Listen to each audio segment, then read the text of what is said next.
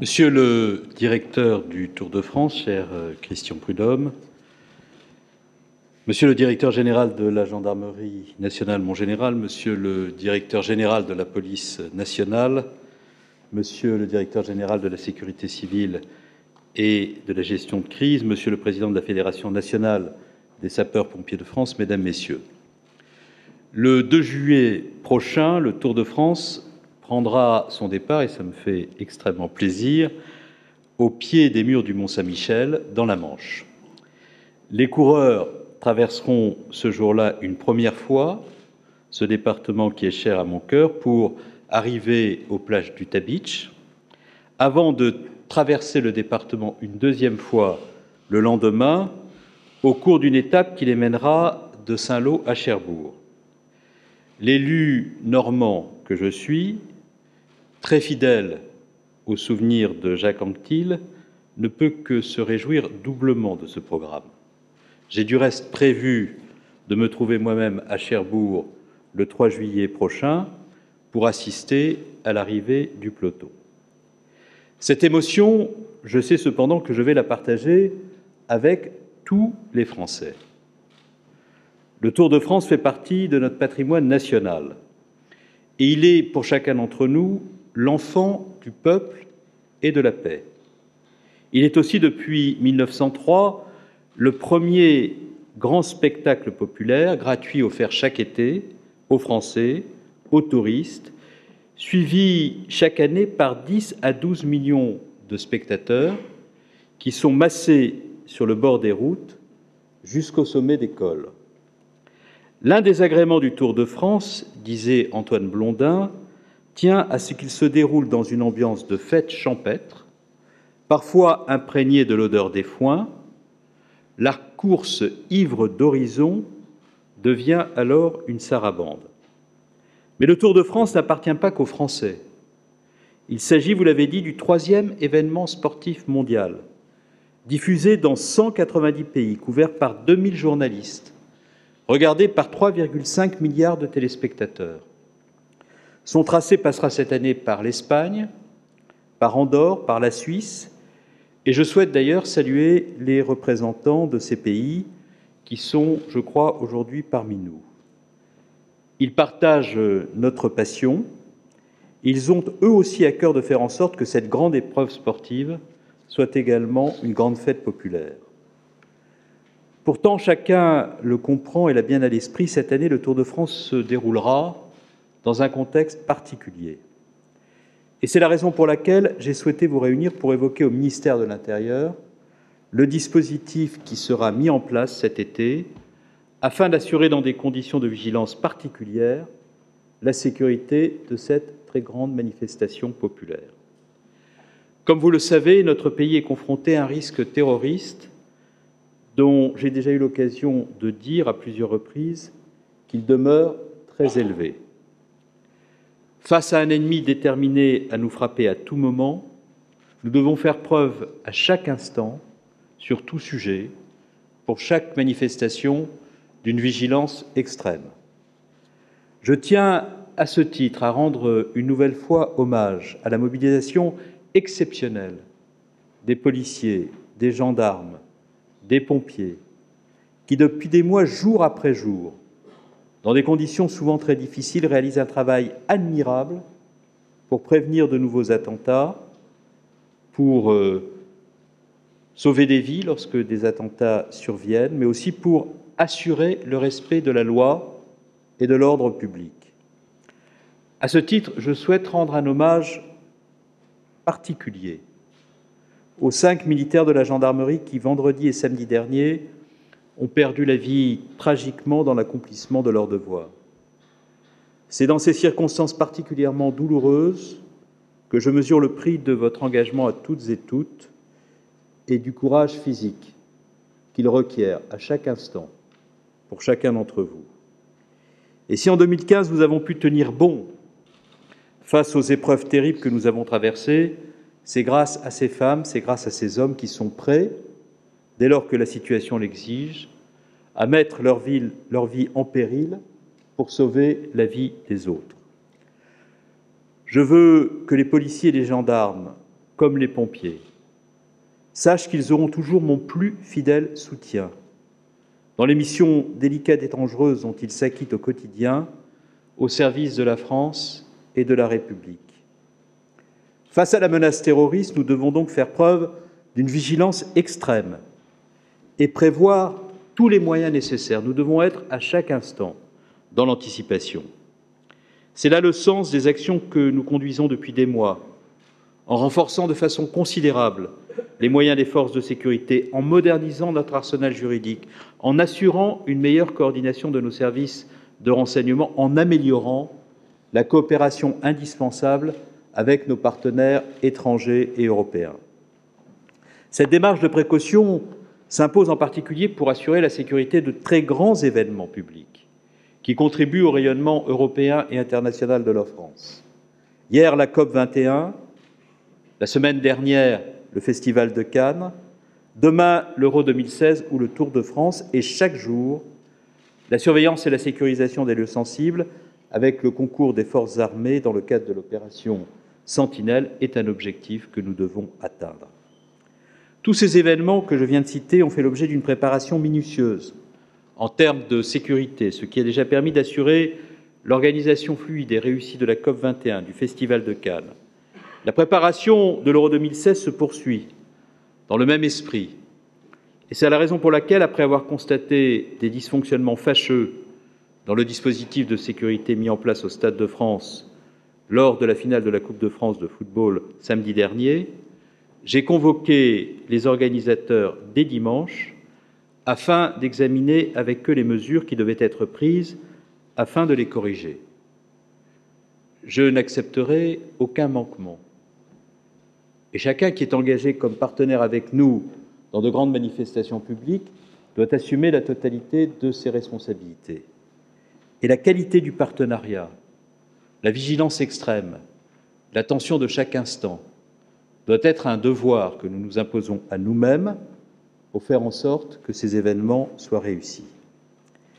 Qu'en est-il, Monsieur le Directeur général, des mesures que nous avons prises pour assurer le bon déroulement de la 103e édition du Tour de France?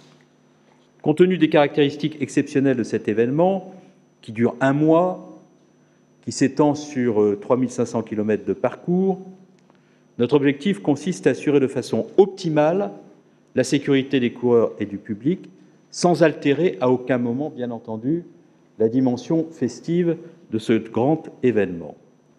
Cet objectif, à la vérité, n'est pas nouveau puisque l'engagement du ministère de l'Intérieur remonte à l'origine même de l'épreuve en 1903. Je sais aussi combien les organisateurs du Tour font montre d'un grand professionnalisme qui est internationalement reconnu. Et cela est rassurant, Monsieur le Directeur général, d'avoir pour partenaire une organisation dont chacun sait et salue l'esprit d'excellence. Compte tenu du contexte de menace que j'ai rappelé, le ministère de l'Intérieur déploiera cette année à vos côtés des moyens tout à fait exceptionnels. Je peux ainsi vous annoncer qu'au moins 23 000 gendarmes et policiers seront présents au bord des routes cette année pour assurer la sécurité du Tour de France. Des évaluations sont actuellement en cours afin d'examiner si nous devons, et dans quelle proportion, rehausser encore, ici ou là, ce niveau d'engagement de nos forces. Au-delà de ce service d'ordre de grande ampleur, le Tour continuera cette année encore à pouvoir bénéficier de l'escorte assurée par 50 motocyclistes de la garde républicaine, tandis que 12 policiers permanents accompagneront les coureurs pendant toute la durée de la course. Par ailleurs, pour la première fois cette année, j'ai demandé au GIGN d'accompagner le Tour de France tout au long de l'épreuve et de se tenir prêt, mon général, à intervenir à tout moment si cela devait s'avérer nécessaire. Dans la logique du schéma national d'intervention, qui concerne les forces spécialisées que j'ai présenté le 19 avril dernier, il s'agit de disposer d'éléments capables de réagir dans l'urgence à une attaque terroriste perpétrée aux abords sur l'itinéraire de l'épreuve. Au-delà des forces de sécurité intérieure, tous les acteurs de la sécurité civile seront également mobilisés. afin de secourir les spectateurs, et ça, sur l'ensemble du parcours.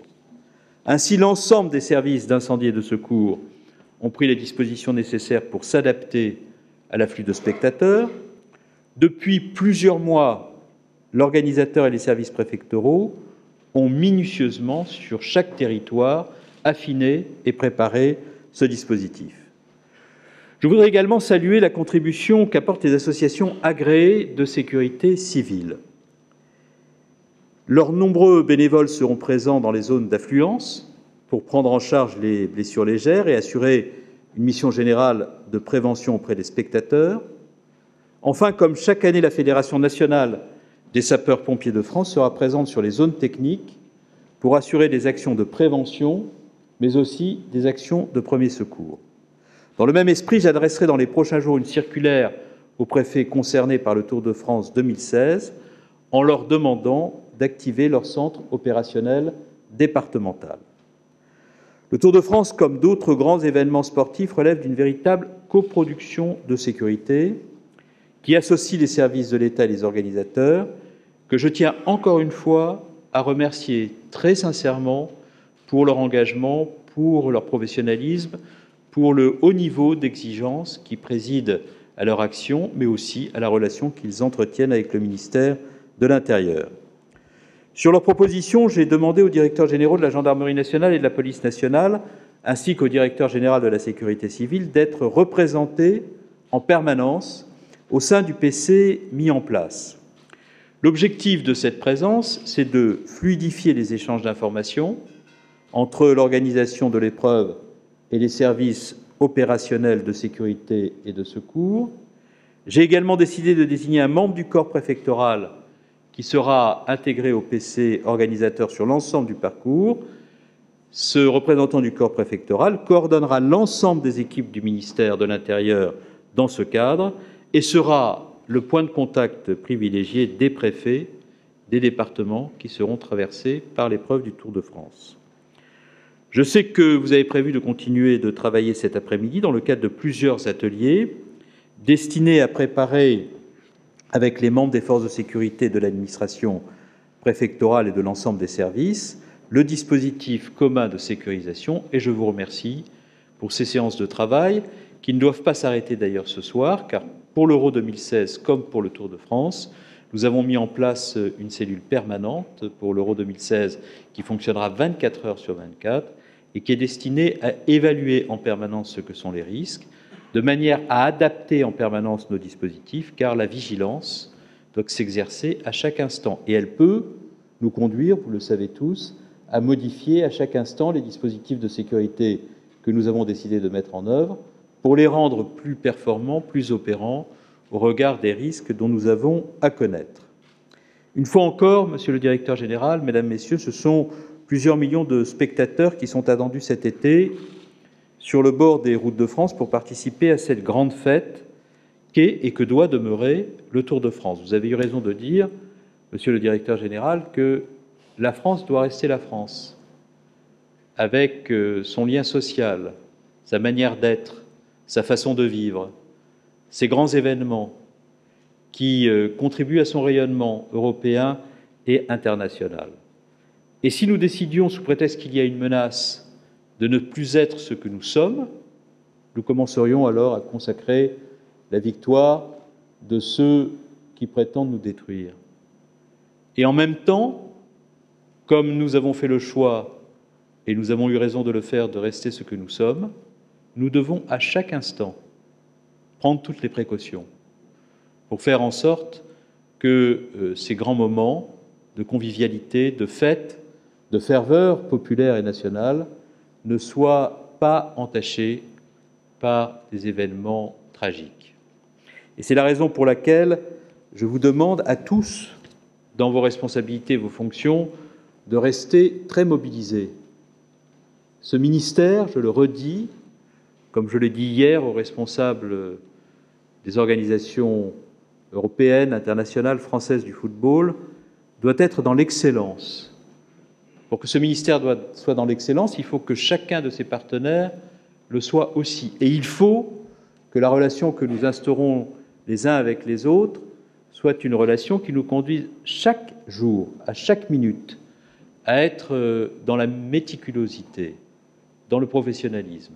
Et je sais pouvoir compter sur vous pour cela, non seulement dans le département de la Manche, mais partout où les épreuves se dérouleront. Il y a des policiers et des gendarmes qui seront en permanence à vos côtés. Je ne sais pas quel sera leur moyen de locomotion, mais voir le directeur général de la police nationale et le directeur général de la gendarmerie nationale sur les côtes suivre le peloton est un spectacle que je ne louperai pas. Et je vous demande là aussi d'être tous présents avec vos troupes pour assister et accompagner cette grande épreuve. Merci à tous. Mes voeux vous accompagnent et restons mobilisés pour la réussite de cette très belle et de cette très grande épreuve sportive.